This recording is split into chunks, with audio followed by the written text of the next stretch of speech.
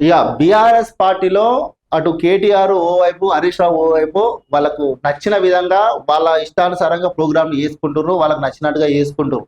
కానీ బీఆర్ఎస్ పార్టీలో ఉన్నటువంటి మాజీ మంత్రులు, ఇప్పుడు ఉన్నటువంటి ప్రజెంట్ ఎమ్మెల్యేలు, మాజీ మంత్రులు ఎవరు కూడా ఎక్కడ కూడా యాక్టివ్గా కనబడడం లేదు. చాలా రోజులైతుంది.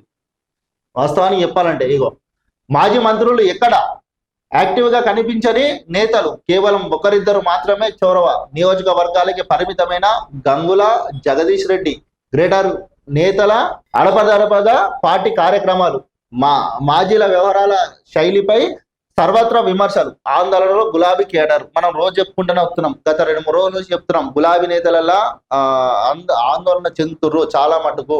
ఎందుకు అంటే అక్కడ అసలు పట్టించుకుంటే నాదులు లేకుండా పోతున్నావు. అటు కేసీఆర్ ఏమో ఫామ్ హౌస్ లో పండుకుండు, ఆయన అధికారం ఉన్నప్పుడు కూడా ఏం లేదు. ఎప్పుడో ఒకసారి పోయి ఆడ క్యాబినెట్ మీటింగ్ అది ఇద్దరు పెట్టి హడావిడి చేసేవాడికి అంతే.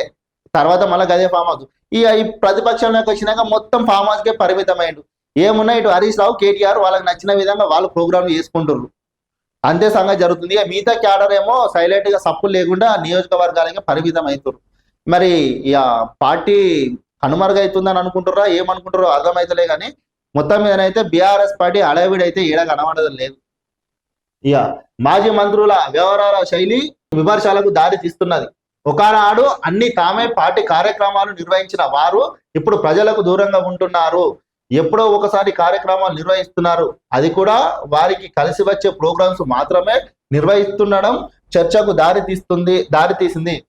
అసలు ఎందుకు వీరంతా సైలెంట్ అయ్యారు అనేది ఇప్పుడు హాట్ టాపిక్ గా మారింది. మరి వాస్తవానికి వీళ్ళందరూ యాక్టివ్గా పనిచేసిన వాళ్ళు మరి ఎందుకు సైలెంట్ అయ్యారు? వీళ్ళు సరే ప్రతిపక్షంలో ఉన్నా కానీ ప్రభుత్వం మీద ఏదో విమర్శలు చేసుకుంటే ఏదో ఒక ప్రోగ్రాం చేయొచ్చు, కానీ వాళ్ళకి నచ్చినప్పుడే వాళ్ళకి కలిసి వచ్చేలాగానే ప్రోగ్రాం చేస్తున్నారట. మరి ఇంతవరకు ప్రజల వద్దకు ఎప్పుడు కూడా వస్తలేరట, సైలెంట్ అయ్యారట. మరి ఎందుకోసం? బీఆర్ఎస్ అధికారంలో ఉన్నప్పుడు రాష్ట్రంలోని అన్ని జిల్లాల్లో మాజీ మంత్రులు విస్తృతంగా పర్యటించేవారు, జిల్లాల్లో వారే సుప్రీంగా వ్యవహరించేవారు.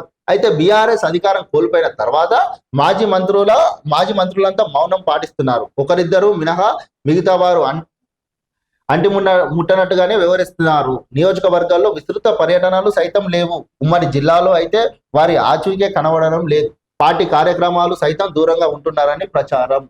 వాస్తవానికి బీఆర్ఎస్ అధికారంలో ఉన్నప్పుడు ఏ నియోజకవర్గానికి ఏ మంత్రి ఎప్పుడు వస్తాడో, ఏ జిల్లాకు ఏ మంత్రి ఎప్పుడు వస్తాడో అని అందరూ ఎదురు చూస్తారు. కానీ ఇప్పుడు ఆ మంత్రుల కనీసం కంటి చూపు కూడా పడతలేట, కనుమరుగవుతారట. మరి అసలు బీఆర్ఎస్ పార్టీలో రాష్ట్రంలో ఏం జరుగుతుంది? ఇటు కేసీఆర్ ఫామ్ హౌస్ పరిమితమైండు, ఇటు హరీష్ రావు కేటీఆర్ వీళ్ళిద్దరు మాత్రమే అక్కడక్కడ ప్రోగ్రాంలు చేసుకుంటా వాళ్ళకి నచ్చినట్టుగా వాళ్ళు చేసుకుంటారు. మరి మిగతా ఉన్నటువంటి ఎమ్మెల్యేలు, మిగతా మాజీ మంత్రులు మరి ఎందుకు ముందరికి వస్తలేరు? అంటే ఏం జరుగుతుంది బీఆర్ఎస్ పార్టీలో? మొత్తం మీదనైతే ఏదో ఒకటి జరుగుతుంది, కానీ అది కూడా తొందరగానే బయటపడే అవకాశం కూడా కనబడుతుంది.